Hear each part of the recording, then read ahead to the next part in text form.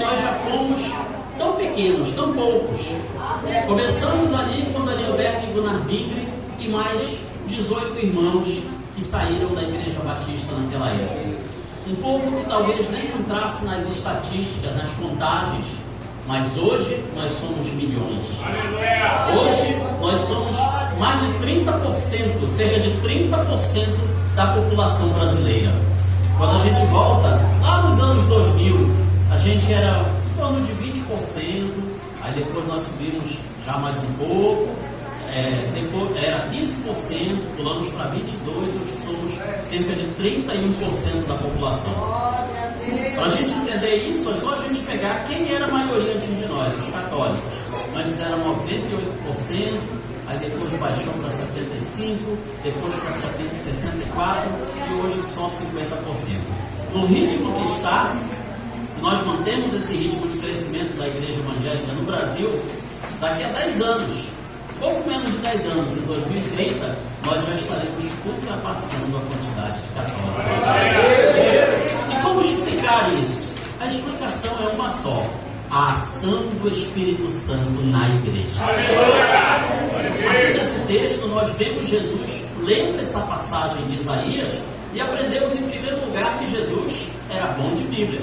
Naquele tempo você não tinha uma Bíblia toda numerada, as folhas tudo organizadas, divididos em capítulos, versículos.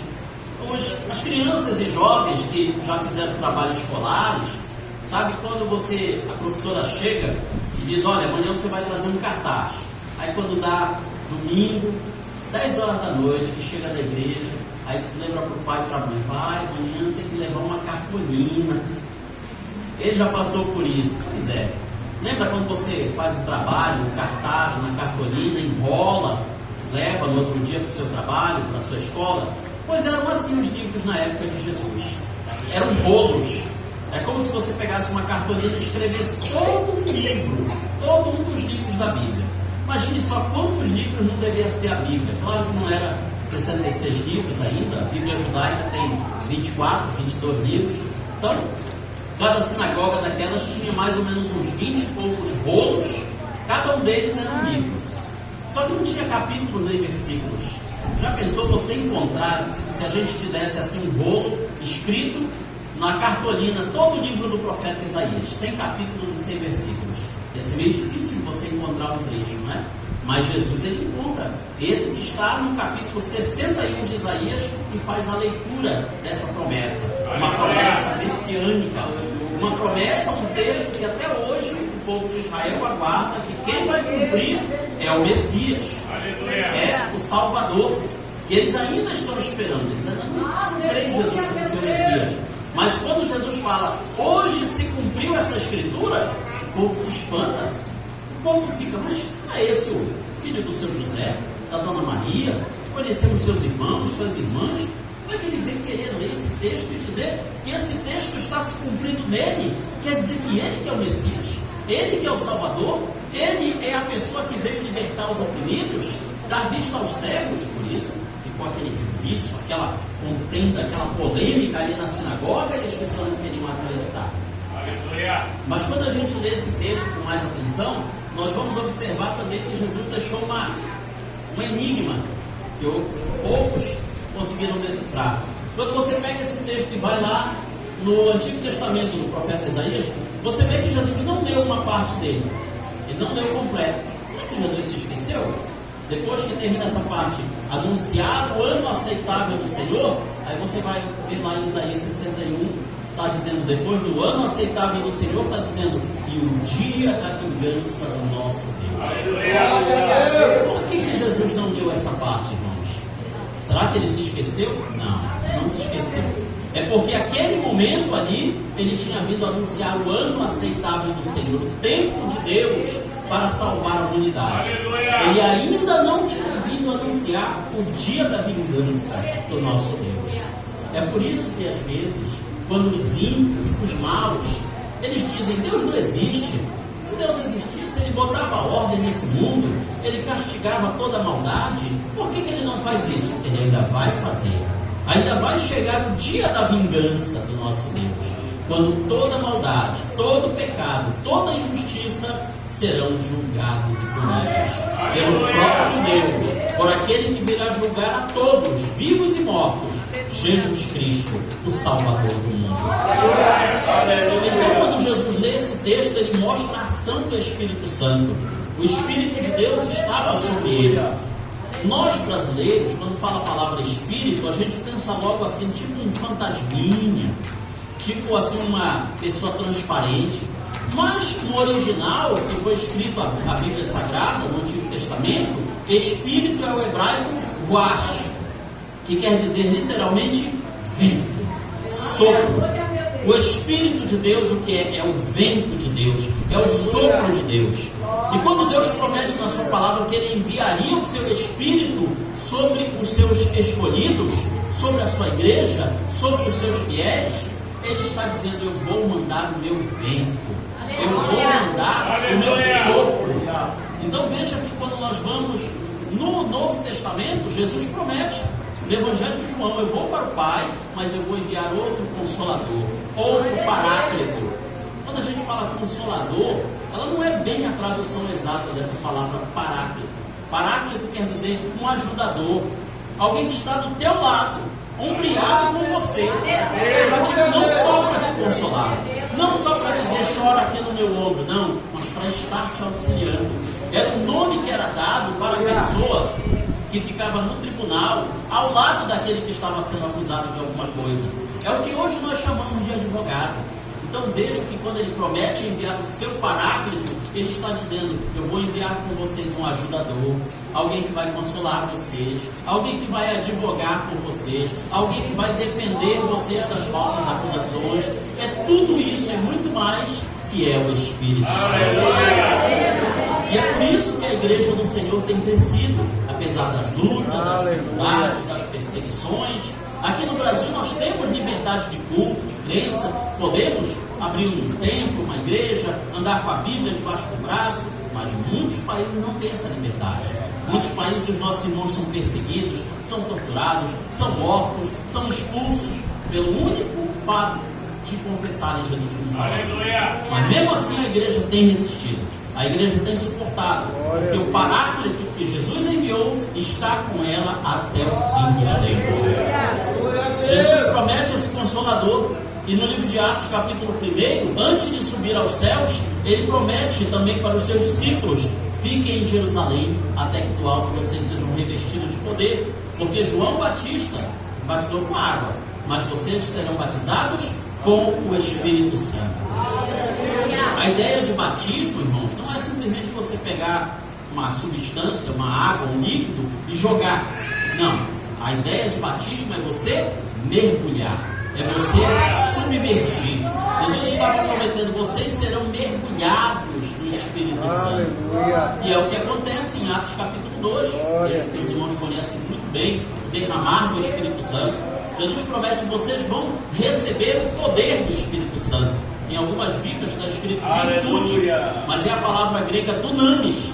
A palavra dunamis, ela significa, não é só virtude, significa poder, energia, força, explosão, movimento. E é isso que o Espírito Santo tem sido na igreja. A dunamis de Deus começou há 2000 anos atrás e não parou mais. Ela tem sempre movimentado a igreja. Quando a gente vai estudar sobre o vento natural, nós vemos que o vento é o movimento do ar, é o ar em movimento. Então traz a ideia de vento, de que? De movimento. Quando Deus promete que Ele envia o seu Ruach para a sua igreja, era dizer: eu vou enviar a energia para vocês não pararem, para vocês continuarem, para vocês se manterem em movimento. A gente hoje em dia tem muitos barcos que se movem pela ação de motores, mas já houve época, e ainda tem hoje, daqueles que se movimentam somente pela ação do vento.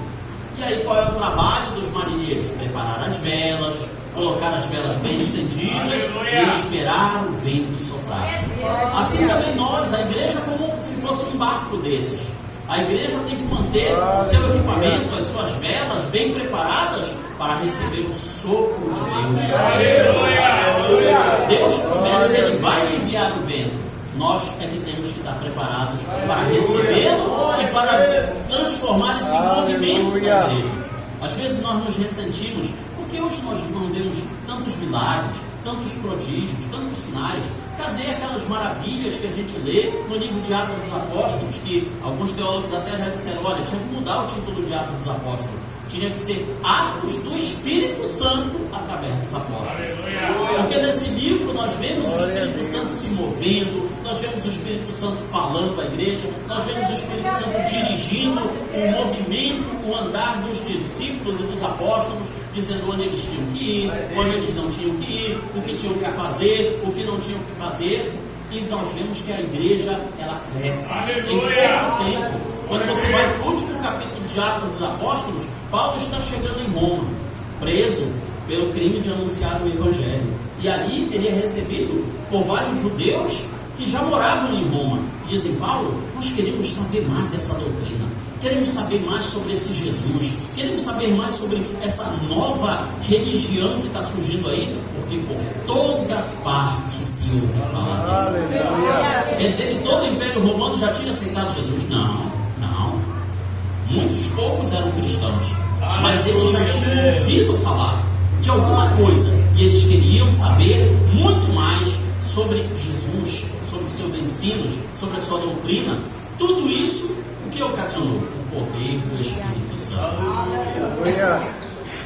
Então, quando nós vemos o derramar do Espírito Santo no livro de Atos dos Apóstolos, é o vento de Deus, é o sopro de Deus para a vida de cada cristão, e é também o poder de Deus, a energia de Deus. E o próprio apóstolo Paulo, que foi uma pessoa muito usada pelo poder do Espírito Santo, quando mais lá na frente ele vai escrever aquele versículo tão famoso, todo mundo conhece de cor salteado, da carta de Filipenses: posso todas as coisas naquele que me fortalece. A palavra que Paulo usa ali para fortalecer de novo é dunamis, é poder. Ele está dizendo, eu consigo suportar todas as coisas, pois Deus me dá poder para isso.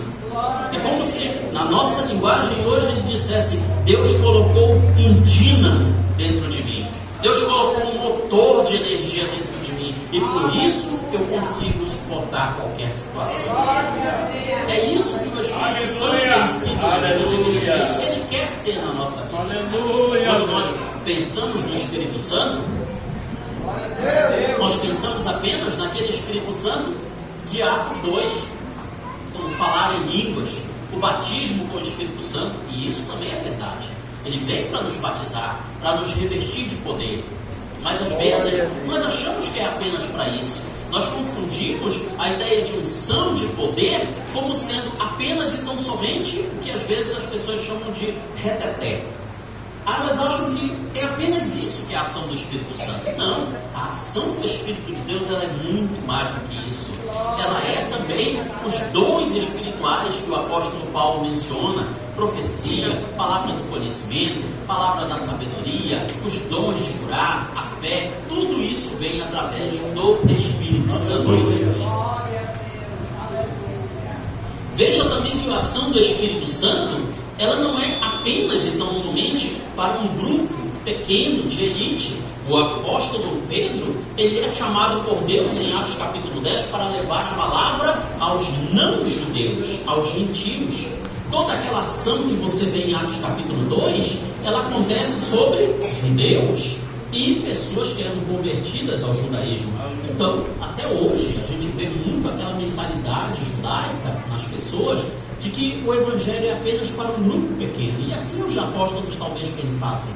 Mas justamente para Deus quebrar as expectativas deles, quebrar os paradigmas que eles criaram, ele chama o apóstolo Pedro para ir levar a palavra para quem? Para o centurião Cornélio e sua família.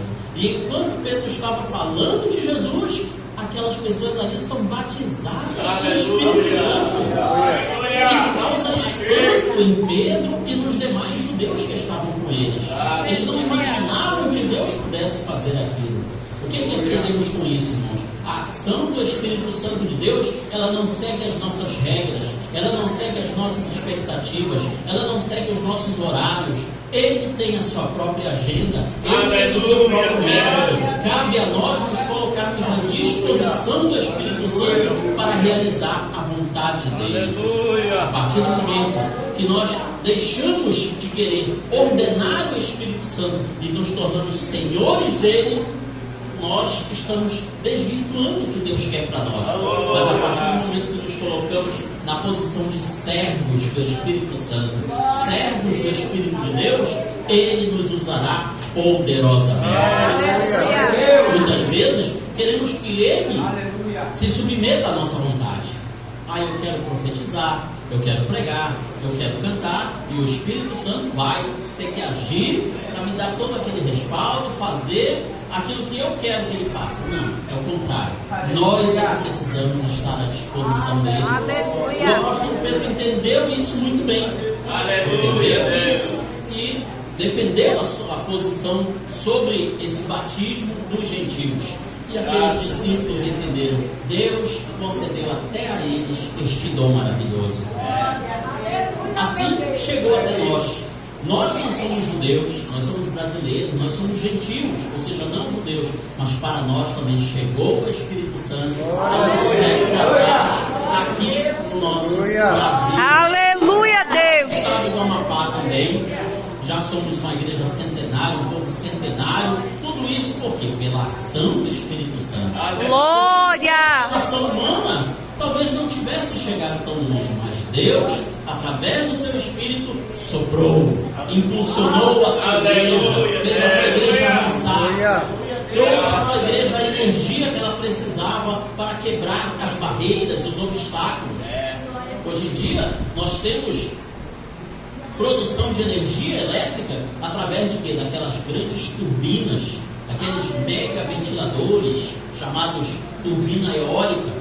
O que é que nós aprendemos com isso? Que a ação do Espírito de Deus, ela é também para trazer energia espiritual à igreja. Tudo que nós realizamos, tudo que nós fazemos, construir templos, ter programas na rádio, na TV, na internet, falar do amor de Deus através dessas mídias todas, não seria nada sem a ação do Espírito Santo. Nós vemos também dentro do Atos dos Apóstolos que, apesar de toda essa ação do Espírito Santo na igreja, nós vemos também que havia pessoas que estavam cheias do Espírito Santo. Por várias vezes no livro de Atos, nós encontramos essa expressão: fulano estava cheio do Espírito Santo.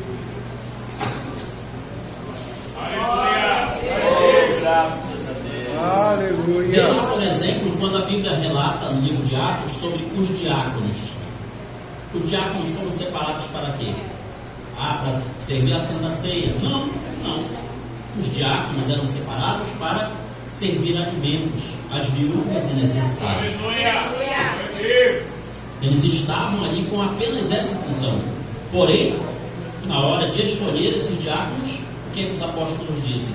Escolham 7 homens cheios do Espírito Santo.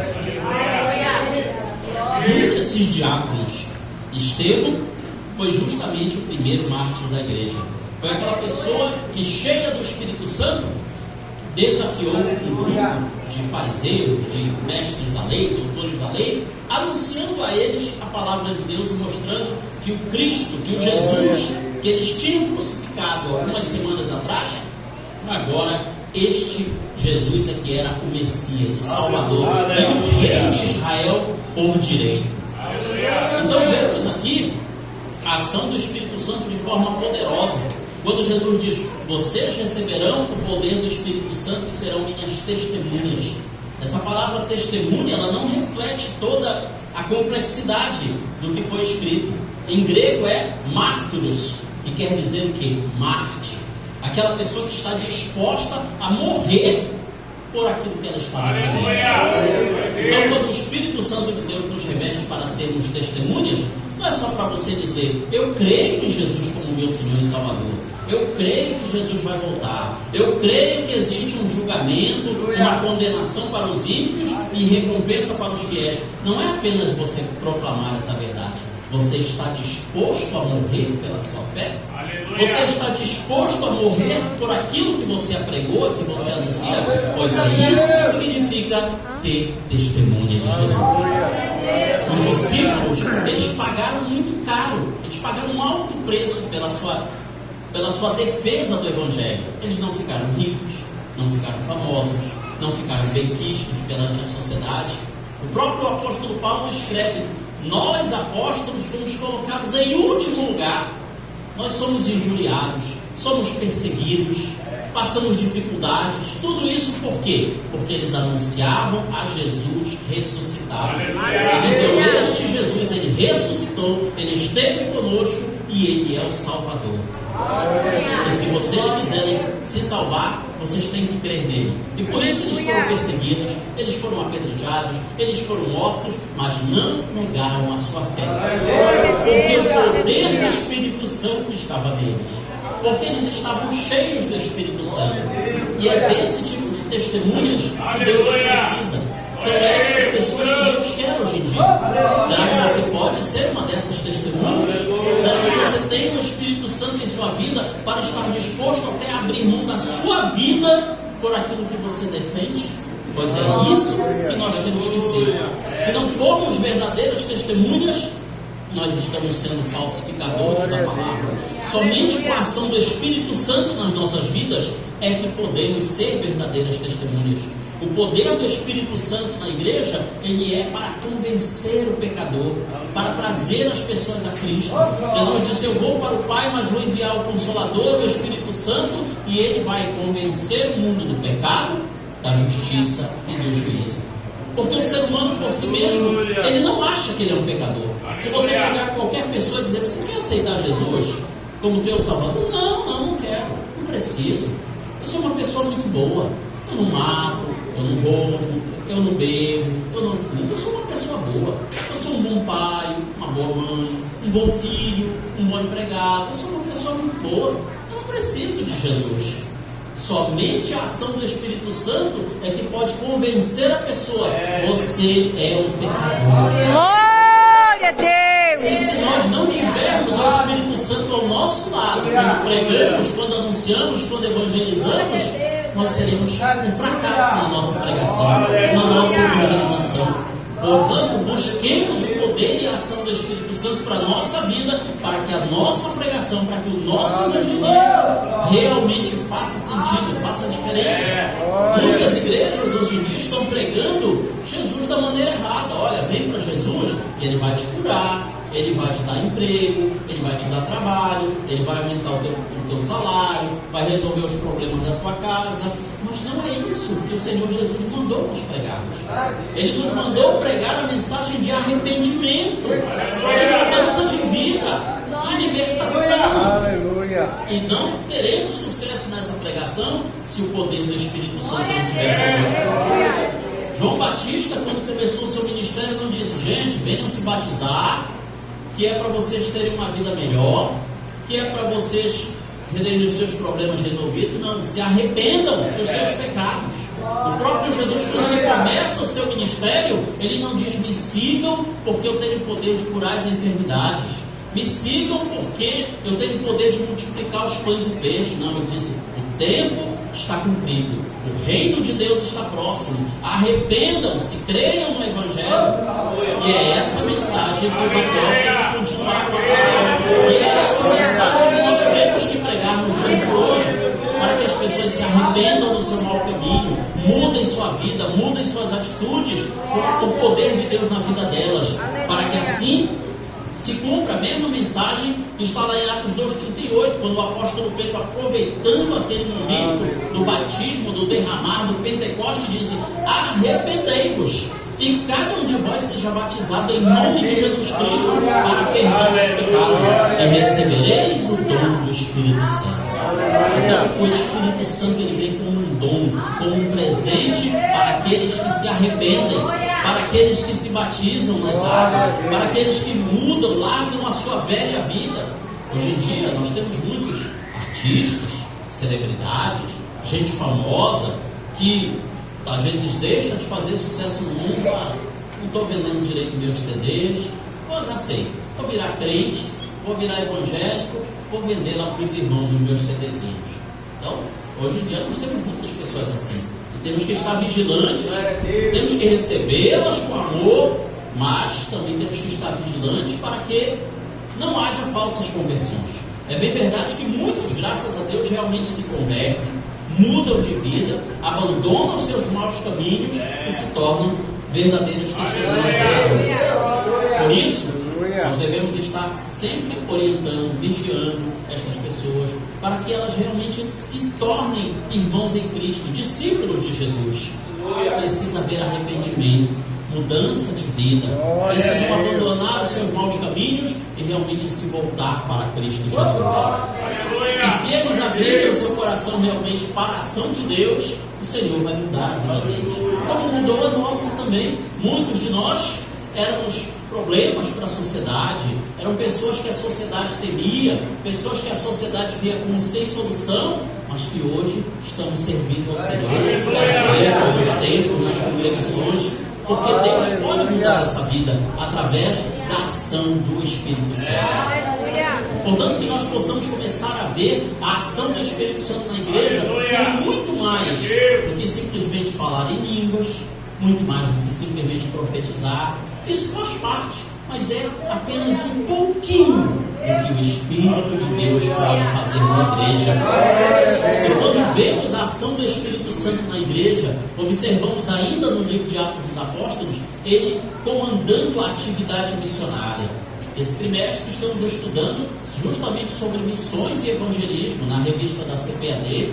Os irmãos que nos acompanham ali no nosso canal no YouTube observam que eu faço comentário da lição de Belém, da lição do programa de educação cristã continuada, que é sobre o Evangelho de Lucas, e também sobre a lição da CPAD, que é sobre missões e evangelismo. Então são temas importantes, porque nós observamos a ação de Deus dirigindo aqueles primeiros missionários, dirigindo para onde eles deviam ir. É muito conhecido de todos nós o trecho em que o apóstolo Paulo queria ir para uma região e o Espírito de Deus não deixou. Queria ir para outra, o Espírito de Deus não deixou. Mas aí Deus fala com ele naquele sonho em que aparece um homem da região chamada Macedônia e diz: venha a Macedônia, passa a Macedônia e ajuda-nos. E ali ele começa uma nova viagem missionária, plantando igrejas naquela região que hoje nós chamamos de Europa. Até então não tinha chegado o Evangelho ali. Tudo isso através de quê? Da ação do Espírito Santo. Para virem aqui os nossos primeiros missionários, Daniel Berg e Gunnar Wingren, foi através da ação do Espírito Santo na vida deles, eles revelando para onde tinham que ir, um país que até então o fogo do Pentecostes ainda não tinha chegado, mas que Deus trouxe através desses dois homens. E assim tem sido o Espírito Santo dirigindo a ação da igreja. E apesar de tantos hoje, nós temos tantos milhões, mas ainda há muito chão pela frente. Os campos estão aí, brancos para colheita. Não podemos nos acomodar, irmãos. Há muitas vidas precisando ser alcançadas para Cristo. Muitas pessoas que passam na frente dos nossos templos, das nossas igrejas, às vezes até sentem vontade de entrar, mas olham para si mesmos: olha, eu estou sujo, eu estou esfarrapado, eu estou fedendo a bebida. Não vou entrar aí não, vão me olhar de maneira esquisita. Então, nós, igreja, pelo sopro do Espírito de Deus, nós temos que ir até essa gente, ir aos campos, aos valados, às casas de repouso, a todos os lugares, visitar novamente aqueles lugares onde talvez muito tempo nós não estejamos visitando. Quantas pessoas que não têm energia sequer para sair das suas casas e vir a uma igreja, pessoas que têm deficiências físicas e muitas vezes não podem sequer sair de casa, ou que são cuidadores de outras pessoas deficientes físicas. Hoje em dia, por exemplo, nós temos muitas crianças e jovens com autismo, e muitas vezes os seus pais, devido a essas limitações, não conseguem sair de casa. Tem que ficar em casa o tempo todo cuidando deles, porque dependendo de determinados graus de autismo, eles se sentem limitados em sair para qualquer lugar. Então, dificilmente eles vão chegar aqui na igreja, sentar aqui numa cadeira, assistir o culto. Então, a igreja que tem que ir até essas pessoas. Eu sei que é muito difícil nós sairmos do nosso conforto, do nosso comodismo, do nosso templo bonito, ornamentado, climatizado, mas o sopro do Senhor, o sopro de Deus está nos impulsionando a ir. É onde ninguém mais vidas são almas preciosas que precisam do pão do céu e às vezes precisam também do pão material. Então que nós possamos sentir esse chamado de Deus, esse sopro de Deus na nossa vida, para nós irmos ao mundo. Este mundo ainda precisa ser alcançado muito para Jesus. Não vamos apenas esperar que as pessoas venham aos nossos templos e igrejas, mas vamos até eles também, levando a palavra do Senhor, levando o pão do céu, levando o pão material, levando aquilo que as pessoas necessitam para serem salvas. Porque se nós já recebemos esta salvação através da ação do Espírito Santo, nós temos que levar toda a criatura. A grande comissão ainda não terminou. A lição do domingo que vem, a lição do último domingo, esse domingo tem 14 lições, esse trimestre, a última lição da CPAD está lá, a verdade prática. A grande comissão vai continuar até o arrebatamento da igreja. Aí eu mandei mensagem para o comentarista, está errado isso. A grande comissão não vai terminar no arrebatamento. Mesmo quando a igreja for arrebatada, Deus vai continuar salvando pessoas. Mesmo com toda a grande tribulação acontecendo, mesmo com toda a perseguição, muitos ainda irão se converter a Jesus. É aquela grande multidão que lemos em Apocalipse 7,14, que ali chegam na presença de Deus, de roupas brancas, de vestes brancas, e com folhas de palmeiras ou palmas nas suas mãos. E o apóstolo João pergunta: quem são estes? E a resposta do anjo é: estes são os que vieram da grande tribulação. Muitos vão se converter nesse período. Aí alguém pode dizer: então vai ter uma segunda chance, não vou me preocupar se eu não for arrebatado. Não pense isso, porque haverá grande tribulação, grande perseguição sobre todos aqueles que professarem o nome de Jesus. Se hoje nós achamos que já está ruim, que está difícil, que a perseguição na época da grande tribulação será numa escala inimaginável, além de tudo que nós já podemos pensar. Então não pense dessa maneira, se prepare para subir com Jesus no arrebatamento. Mas também saiba que o Senhor vai continuar salvando pessoas mesmo durante a grande tribulação. A gente se acostumou a pensar que quando tiver o arrebatamento, o Espírito Santo vai junto. Não, ele não vai, ele vai continuar agindo, tocando nos corações. Aleluia! Salvando pessoas, vai continuar fazendo isso, apesar da ação do anticristo, apesar da ação do maligno, apesar do dragão, que é mencionado ali no Apocalipse, vir com toda a sua fúria, mas o Espírito Santo de Deus vai continuar agindo. Glória a Deus! E finalmente em Atos 8:39 nós vemos a história do evangelista Filipe, que vai falar de Jesus para aquele oficial da Etiópia. Ele se converte, ele aceita Jesus, ele se batiza nas águas, e depois de tudo acontece, quando eles saem da água, diz a palavra do Senhor: o Espírito do Senhor arrebatou a Filipe. Aqui nós vemos qual vai ser a última ação do Espírito Santo para a igreja aqui na terra: arrebatar a igreja. Muitos hoje não creem mais no arrebatamento da igreja, sabia?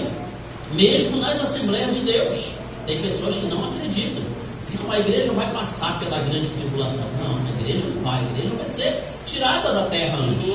Esses que vão se converter durante a grande tribulação é outra história, é outra gente, é outro povo.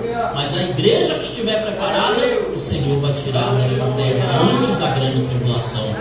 Assim como ele arrebatou a Filipe. A palavra aqui no grego é arpazo, que quer dizer o quê? Você pegar e puxar com força, com violência. É muito comum a gente vermos nos jornais, nas câmeras de segurança, as filmagens ali das ruas. Às vezes a pessoa está bem andando com o seu celular, com a sua bolsa, com o seu cordão, com o seu anel, e vem o ladrão correndo e pega, arrebata e vai correndo. Pois é isso que é arrebatar. E é isso que o Espírito de Deus vai fazer com a igreja dessa terra. A igreja será tirada com rapidez, com violência, sem que ninguém possa esperar ou dizer ao menos está acontecendo o arrebatamento. Não, será de improviso. Assim como o Espírito do Senhor arrebatou a Filipe, ele vai arrebatar a igreja. No piscar de olhos soará a trombeta, mas o mundo não vai ouvir. Quem vai ouvir é os salvos, os santos, na pessoa bendita de Jesus, pela ação do Espírito Santo na igreja, e nós seremos transformados. em corpos gloriosos. Os corpos em Cristo ressuscitarão, serão transformados num piscar de olhos e nós seremos arrebatados. E por isso, não tem um aviso prévio. Não pense que, olha, está acontecendo uma guerra, está acontecendo um terremoto. Olha, isso é um sinal do arrebatamento. Não, não é não. O arrebatamento, ele não é precedido por sinais. A volta de Jesus em glória, no final da grande tribulação, essa sim, tem vários sinais. O surgimento do anticristo, as pragas dos selos, as pragas das trombetas, as pragas das taças, a batalha do Armagedon, sim. Tudo isso serão sinais da volta de Jesus em glória. Mas o arrebatamento não. Por isso é que Jesus falou tantas vezes: vigiai e orai para não entrar em tentação. Fiquem preparados, estejam alertas. Vários discípulos continuam. Paulo, Pedro, Tiago, João escrevem: sede sóbrios, vigilantes, estejam atentos, preparados. Por quê? Porque não vai ter um aviso, não vai ter um sinal dizendo: olha gente, agora vem um arrebatamento, agora vai acontecer. Não vai ter nenhum sinal, não vai ter nenhum aviso, não vai ter nenhum alerta. Por isso, estejamos preparados a qualquer momento para que o Espírito do Senhor nos arrebate. Quando chegar o momento, quando chegar a hora em que o pai diz para o filho: filho, está tudo pronto, agora posso trazer a noiva. A gente se acostuma a pensar: por que Jesus disse que os anjos não sabiam? Ele não sabia, só o pai que sabia. Você sabe por quê? É porque ele tirou a figura do casamento judaico. Sabe como é que funcionava o casamento judaico? Fazia um contrato de noivado e começava a preparar o ambiente para receber aquele casal. Sabe onde? Na casa do pai. Não era na casa do noivo, era na casa do pai. E quando tudo estava pronto, o local para os noivos, a festa, os comes e bebes, aí que o pai dizia: filho, pode buscar sua noiva. E aí que o noivo ia buscar a noiva. Por isso que Jesus fala que na casa de meu pai há muitas moradas. Não diz na minha casa, na casa do meu pai. Porque nós, igreja, somos a noiva e ele é o noivo. E é o pai que vai dizer: está na hora, pode buscar sua noiva. Então, estejamos preparados, estejamos prontos a qualquer momento para o trombeta soar e o Espírito do Senhor nos arrebatar. Mas é isso que o Senhor quer fazer na sua igreja. Ele colocou à nossa disposição o seu Espírito para nos revestir, para nos animar, para nos fortalecer, para nos impulsionar, para nós realizarmos milagres, prodígios, sinais, pisarmos serpentes e escorpiões. Ele nos deu todo esse poder, toda essa dunamis dele. Agora falta o que nós, igreja, continuarmos a usar muito mais o Espírito Santo, darmos lugar ao Espírito Santo, deixarmos que ele nos use como um canal de bênçãos para as pessoas ao nosso redor. Você não precisa ser uma pessoa de muitos conhecimentos, você não precisa ser uma pessoa que tenha obrigatoriamente um cargo na igreja para que o Espírito Santo se use. Deixe Deus te usar, se coloque à disposição dele, deixe que ele te oriente, deixe que ele te guie, deixe que ele te dirija, e você verá grandes maravilhas em você. Pois assim foi com a igreja daqueles tempos primitivos, daquele primeiro século. O mesmo Espírito que estava agindo na vida de Paulo, de Pedro, de Tiago, de João, ele quer agir na nossa vida. O mesmo Espírito que agiu na vida dos grandes pregadores, líderes cristãos, reformadores, como Martinho Lutero, John Wesley, Charles Spurgeon, o príncipe dos pregadores, e muitos outros. Quando você puder, compre aquele livro Heróis da Fé, editado pela CPAD. Acho que até tem na internet também para baixar. Quando você lê a vida daquelas pessoas dirigidas pelo Espírito Santo, você se sente pequeno, você se sente humilhado de ver o quanto aqueles homens pregavam, o quanto eles oravam, o que eles realizavam. Você vai ler a vida desses homens e dizer: eu preciso me converter, eu preciso ser Jesus, eu não sou crente. Perto do que essas pessoas realizaram numa época que não tinha jornal, não tinha TV, não tinha às vezes nem eletricidade, todas as dificuldades possíveis, mas eles levaram Jesus a muitas pessoas, a milhões e milhões. E muitas vezes nós estamos acomodados, nós estamos na nossa zona de conforto, nós estamos dizendo: já está bom, já temos um templo, com tantas pessoas, climatizado, tudo organizado, está bom, não precisamos fazer mais nada. E justamente aí é que o Espírito Santo vem para soprar em nós. Aleluia! E para nos tirar do nosso conforto e dizer: ainda tem muita coisa para fazer, ainda tem muito chão pela frente, ainda tem muitas almas para serem ganhas, ainda tem muitos cegos para terem restaurado a visão, ainda tem muitos oprimidos para serem libertos. Então Deus quer nos usar com poder e autoridade desta geração, pelo poder do Espírito Santo. Não é pela tua força, não é pelo teu poder, não é pela tua energia, não é pelos teus conhecimentos, não é por força e nem por violência, mas pelo Espírito de Deus na nossa vida. Toda a igreja para nós de pé, fazemos um momento de oração. Se alguém quiser vir aqui à frente, para que a igreja ore por você, apresente ao Senhor a tua vida. Você tem a oportunidade neste momento. Você que quer que o poder do Espírito Santo realmente flua em você com muito mais poder, com muito mais intensidade. Você que quer se colocar na direção do Senhor para que Ele te use grandemente nesta geração, você tem a oportunidade de vir aqui à frente. Você também pode vir pedir uma bênção, uma cura, libertação por alguma pessoa, algum amigo, algum parente, alguém que precisa que Deus faça um milagre na vida dele ou dela. Porque o mesmo Espírito que estava agindo naqueles homens, assim Ele quer agir na nossa vida também. Ele não mudou, nós mudamos. Nós muitas vezes nos acomodamos, nós muitas vezes deixamos de crer. O mundo que nos cerca está dizendo: aí é só emocionalismo, isso daí é apenas emoção. Mas é muito mais do que isso. É o poder do Espírito Santo na vida da igreja. E se nós deixarmos, Ele nos usará de maneiras maravilhosas que nós sequer podemos imaginar.